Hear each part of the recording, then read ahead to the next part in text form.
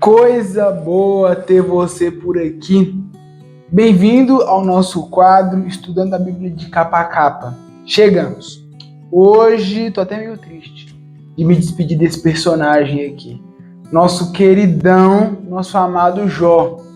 Homem justo, que se desviava do mal.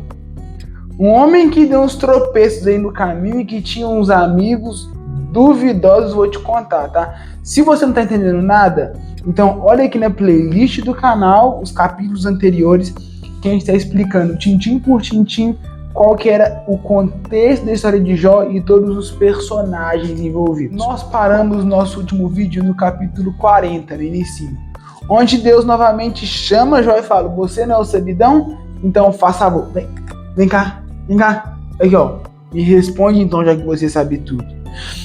E Jó agora ele zero game, porque na hora que ele reconhece a grandiosidade de Deus, ele se humilha e ele tem, é isso aqui que eu chamo de temor do Senhor. Temor do Senhor é quando você reconhece a grandiosidade de Deus e você fala: opa, deixa eu segurar aqui a minha onda, deixa eu segurar o meu ego, deixa eu segurar a minha sapiência, que não é tão grande assim. Jó agora diz assim, ó: então Jó respondeu ao Senhor e disse, aqui no versículo 3, sou indigno, que te responderia eu? Ponho a mão na minha boca. Uma vez falei e não replicarei. Aliás, 2 vezes, porém não prosseguirei. Jó agora fala: meu Jesus amado, fui falar e falei bobeira. Falei pouco e falei muito e falei errado, passei essa vergonha no crédito. Deus agora chega para ele no redemoinho e fala: ó, você tá aí, ó.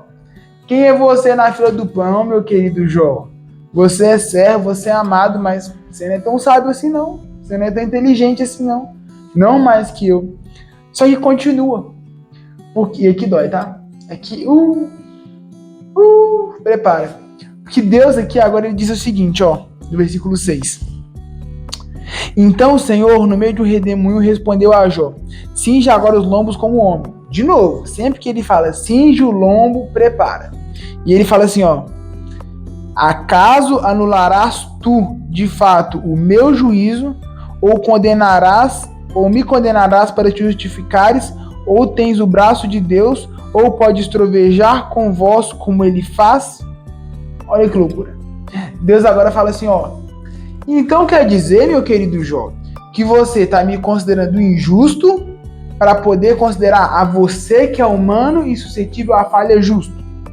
Então você está pegando a pessoa que fez o ser, né, que fez tudo, a divindade que tudo construiu, coisas que você nem tem ideia que existem, e agora você está anulando a minha justiça, falando que eu sou injusto porque você que é o bonitão que não pode errar.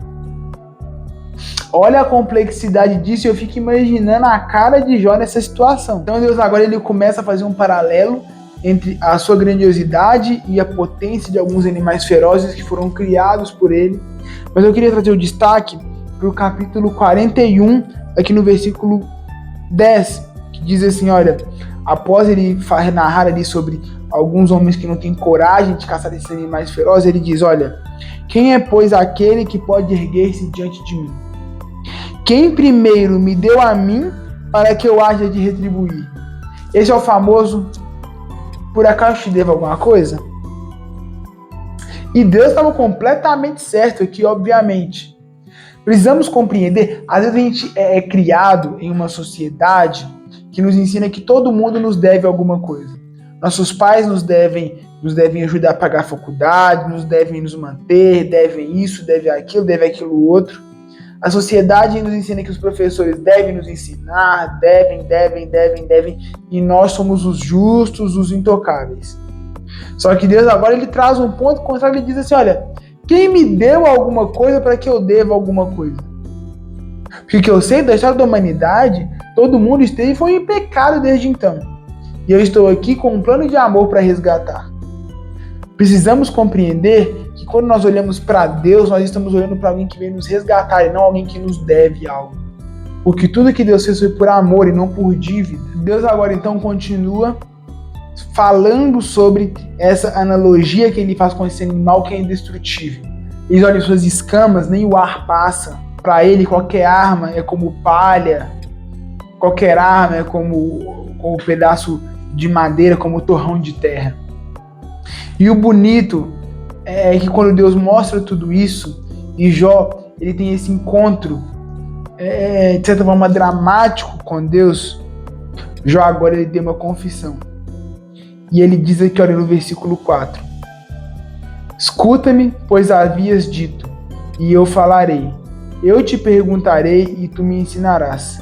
Eu te conhecia só de ouvir, mas agora os meus olhos te veem. Por isso me abomino e me arrependo no pó e na cinza. Jó que agora ele chegou no nível, talvez, de transcendência total. E talvez agora faça sentido tudo que Jó passou, porque foi a partir disso que ele teve um verdadeiro encontro com Cristo. Não sou eu que estou dizendo aqui, não. Aqui, Jó diz, olha, antes eu te conhecia apenas o quê? De ouvir os contos, de ouvir a história da criação, de ouvir que como Deus tem sido bom com o povo, de ouvir a história do dilúvio, de ouvir um monte de coisa. Mas agora os meus olhos te veem. Meu querido, o meu desejo para a minha vida e para a sua vida é que nós não possamos ser cristãos apenas que ouvem, mas que nossos olhos consigam ver a glória de Deus. Porque quando Jó chega nesse nível, ele se abomina, ele abomina suas ações, ele abomina quem ele é, ele se humilha na cinza, no pó, porque ele reconhece a grandiosidade de Deus e o quão grande Deus é. Se hoje a gente chega na igreja e dá um sonão, se a gente chega na igreja e está preocupado ali em conversar com um colega, mexer no celular, ver o Instagram, ver o Facebook, ver o YouTube, ver que seja lá o que for, é porque a gente não reconhece ainda a grandiosidade de Deus. E os nossos olhos ainda não viram a sua graça, o seu poder. Depois que Jó ele chega nesse nível, ele reconhece Deus, agora cessa de mostrar a sua grandiosidade, porque Jó havia entendido.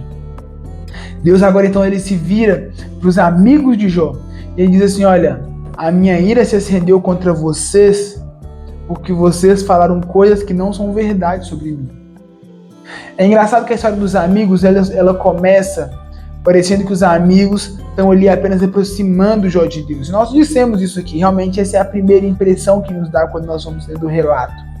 Mas quando nós chegamos ali no final, e entre Eliú e entre o próprio Deus falando com Jó, a gente entende que eles também tinham uma visão deturpada de quem Deus era.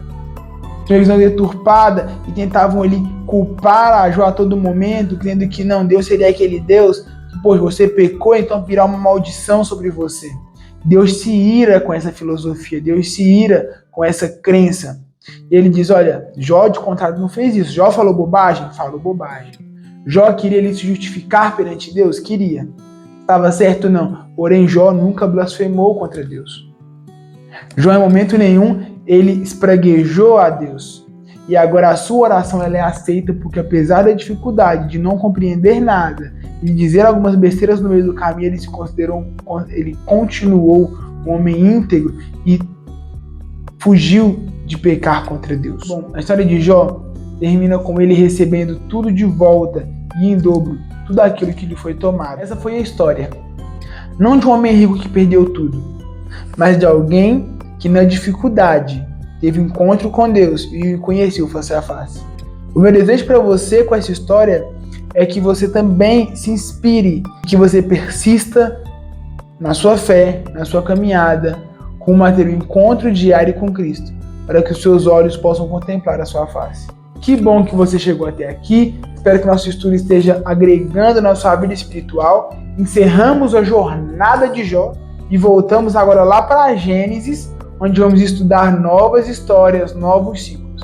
Não desista, eu sei que em alguns momentos é difícil, cansa, a nossa mente fica ali, olha, cheia de informações do dia a dia, mas a sua vida será renovada espiritualmente se você continuar aqui com a gente, principalmente ao lado de Jesus. Um beijão e valeu!